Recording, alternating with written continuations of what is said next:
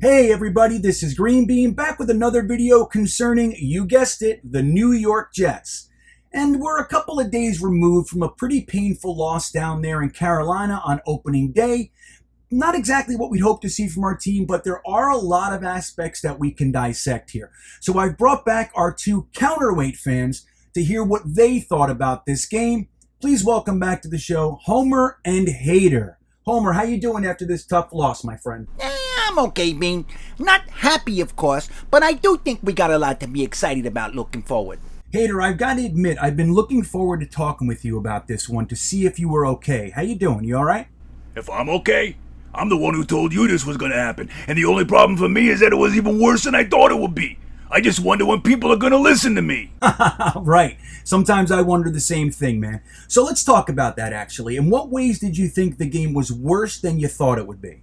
I told you all what starting 7 rookies would look like, but I gotta be honest, I thought the offensive line was at least gonna be respectable. They looked worse than last year, and we're gonna end up getting this rookie quarterback of ours killed. I'm surprised he didn't get hurt, actually. Sadly, I can't disagree with that one. I think the offensive line was a major issue for me. Homer, even you have to agree with that sentiment, no? Come on. I mean, we all have eyes. We all see the same things out there. But where I'm feeling pretty good is how they settled down in the second half. To me, it seemed pretty clear that the line had trouble with their assignments. Who to pick up, where to block, who to do, to that, all that sort of stuff. This is a schematic problem, and I'll remind you that this is the first time that they ever played together as a unit. Now, I'm just as unhappy with the results as anyone, believe me. But I'm not ready to label this line a lost cause because of 1 week.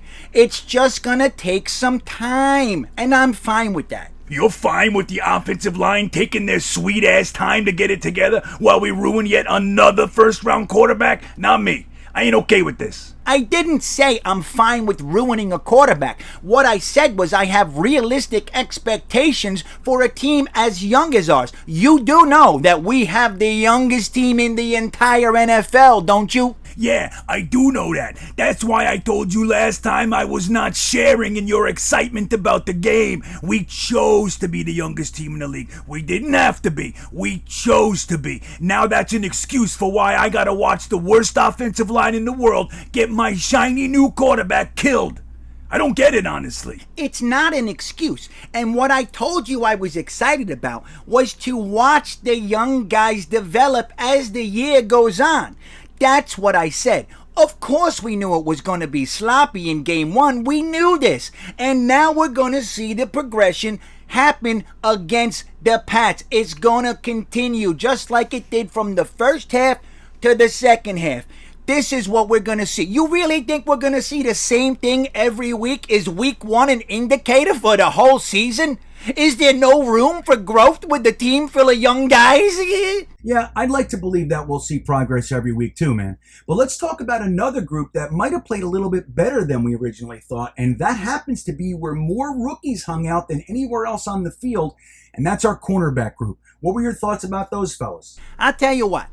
I had high hopes for these guys, but I never thought they'd play as well as they did for 4 quarters. Bryce Hall was like a blanket on DJ Moore all day long, and the young guys came up with big plays on so many occasions. What about that open field tackle by Javelin Guidry on Christian McCaffrey? It was delicious. I have high hopes for that group. So young and so much potential. Sure, they look nice, but can we be real for 1 second? You do realize that their entire game plan was to get the ball to Christian McCaffrey, right? Anything they did downfield was just to open it up for their money man CMC. Take a few shots, then dial it back to the bread and butter. So did you think they did a good job handling that? I sure as shit didn't.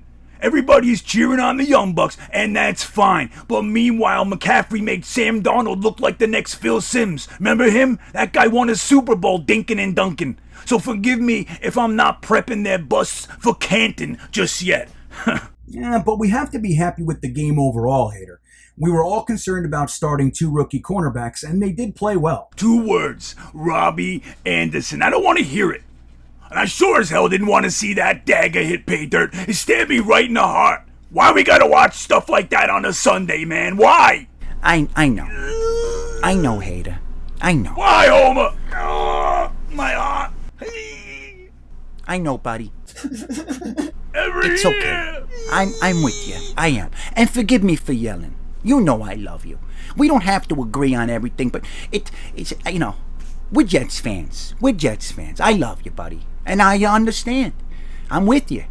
We can all agree that the Sam Tarabi play, it was pretty much the one play that nobody wanted to see. Fair enough? But it happened. It did. And just because it's more painful for us as fans doesn't mean that the defensive backs didn't do a good job all day. That was the only catch Robbie Anderson had the entire game. One. It was a broken play. It happens. It's just about as good as we could have hoped. Watching our kids lock down a pretty damn good receiving core for most of the game. Is that fair? Is that fair? Look, it's the worst thing. It's the worst one. What are you gonna say? But they locked down a pretty damn good receiving core for most of the game. And that's just about as good as we could have hoped. Fair enough, Bean? Okay, all right. Well, look, I think we've discussed last week's crap fest enough. Why don't we try to shake this one off by looking forward to this week's home opener against the New England Patriots, a game that all three of us happen to be attending with Ryan, Matt O'Leary, and Sack Exchange. Can we get some score predictions from each of you for week 2? Hater, you okay? Yeah, I'm fine, Bean. I'm used to this stuff by now. I just had a moment. And I hope the Jets will look better this week, but I have a hard time thinking we're going to improve enough to push the hood to 0-2. I'll be nice and say 27-17, Pats. Homer, what about you? I gotta admit, I'm feeling pretty good about this one, Bean. I am. I think our young New York Jets shook off the nerves and are gonna come out hungry and firing on all cylinders. We're not gonna see all the drop passes and missed blocks and all that stuff, especially with 80,000 maniac Jets fans screaming their heads off in the stands.